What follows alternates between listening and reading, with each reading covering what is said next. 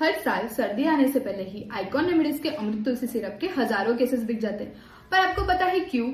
इसमें है तुलसी, कांताकारी, मुलेठी, अडुलसा, हरिद्रा जैसी और गुणकारी जड़ी बूटियां जो बच्चों और प्रेग्नेंट लेडीज के लिए बिल्कुल जेंटल एंड इफेक्टिव है। अमृत तुलसी सिरप का एक बैच बनने के लिए पूरे 7 दिन लगते हैं, क्योंकि ये पूरी तरह आयुर्वेदिक प्रोसेस से बनाया जाता है। ड्राई कफ, वेट कफ या और कोई टाइप, अमृत तुलसी कफ सिरप आपको 100% रिजल्ट देता है, वो भी विदाउट एनी ड्राउजीनेस। इसमें हमको मिलता है एक लॉजेंजेस का स्ट्रिप और एक syrup bottle, now available in new packing. तो आप भी जरूर ट्राई कीजिए और रिजल्ट्स खुद देखिए।